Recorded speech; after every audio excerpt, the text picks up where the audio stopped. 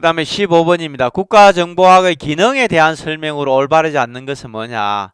그래서 국가정보기관의 합리적 역할 분담과 임무 수행이 이루어질 수 있도록 해준다. 뭐 앞에서도 몇 번 얘기했습니다.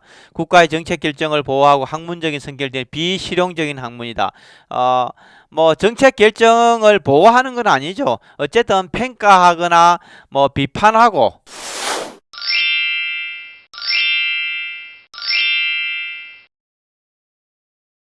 학문적인 성격을 띠는 비실용적인지 아니라 아주 실용적인 학문이라고 얘기했습니다. 아주 실용적인.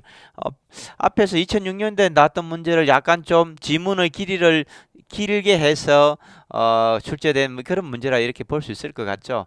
사실 그 국가정보학의 특성이 기존에 옛날에는 국정원에서 전년도 출제 문제를 군무원에 가져오고 군무원에 출제된 문제를 또 국정원에 가서 출제하고 이런 어떤 크로스되는 경우들이 상당히 많았습니다. 연차별로 뭐 이런 부분들이 있었는데 지금 이 문제도 그런 유형이라 볼 수 있을 것 같습니다.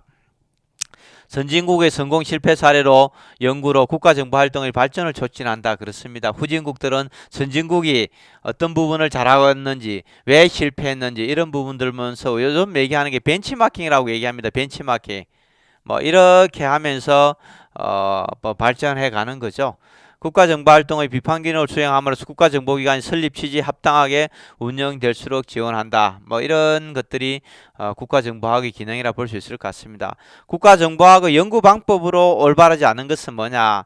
국가정보기관의 성공 실패 사례를 연구한다. 계속 거의 비슷한 내용들이 반복입니다. 정보기관의 임무와 역할을 연구한다. 그래서 어떤 정보기관은 어떤 일을 해야 되는지 우리는 뭐 국정원은 뭐 해외 정보를 수집하고 뭐 정보사는 북한의 군사와 관련된 정보를 수집하고 뭐 안지사는 우리의 뭐 군대 내의 방첩 같은 거 활동한다. 뭐 이런 것들을 하는 것이 그 과연 바람직한가? 제대로 하고 있는지 뭐 이런 걸 연구한다는 얘기입니다.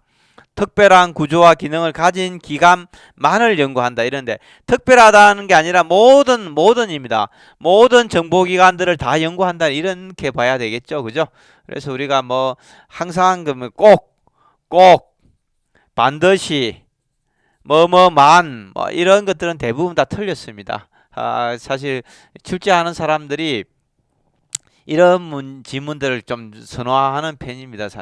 그래서 이런 것들 나오면은 세상에 뭐 자연 법칙을 빼놓고는 100% 옳거나 틀린 것은 없다는 얘기입니다. 그래서 항상 꼭 반드시 뭐 이런 것들은 대부분 틀린 지문입니다.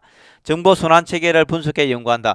그래서 정보 순환 체계는 뭡니까? 정보의 기획부터 시작해서 첩보의 수집, 뭐 정보의 분석, 보고서 생산, 배포 이런 것들을 정보 순환 체계라고 얘기합니다. 그래서 이런 과정 전체를 다 연구한다 이렇게 보시면 될 것 같고요.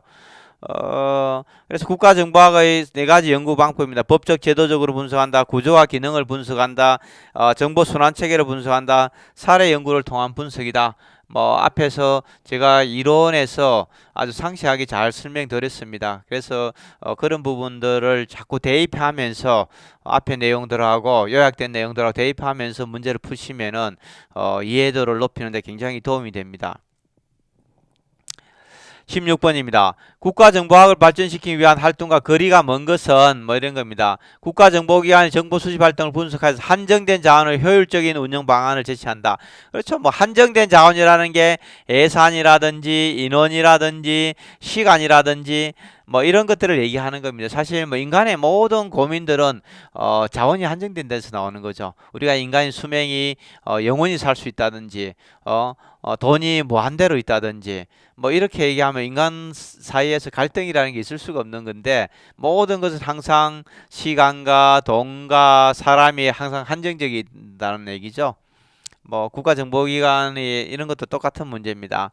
정보활동이 원활하게 될 수 있도록 우방국과 적성국에 대한 명확한 개념 정의를 하여 정보활동의 범위를 확정해 줘야 한다. 뭐 그런 얘기도 하고 있습니다. 우방국이 누군지 적성국이 누군지 뭐 가상적국이 누군지 뭐 이런 얘기를 하고 있는 거죠. 그렇게 해주면 좋은 거죠. 당연히 그렇게 해야죠.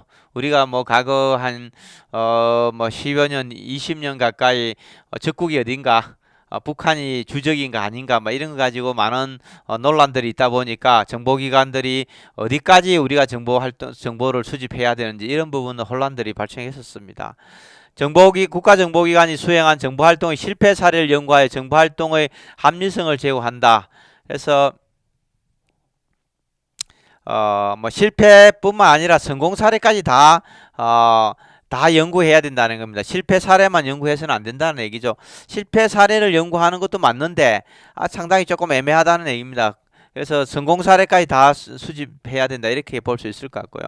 국가정보기관의 구성과 임무에 대한 무조건적인 비판이라 건전한 비판 시간을 견제하는 것이 필요하다 이렇게 얘기했습니다. 건전하게 비판하는 거죠. 야, 무조건 당신들 잘못했다.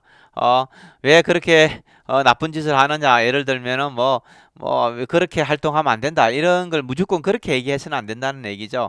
뭐 선진국의 정보기관들을 보니까 이렇게 해서 이렇게 잘 되고 있는데 왜 우리는 그런 걸 안 따르느냐. 뭐 이런 얘기를 하는 것이 맞다는 얘기입니다. 그래서 국가정보학의 발전 방향입니다.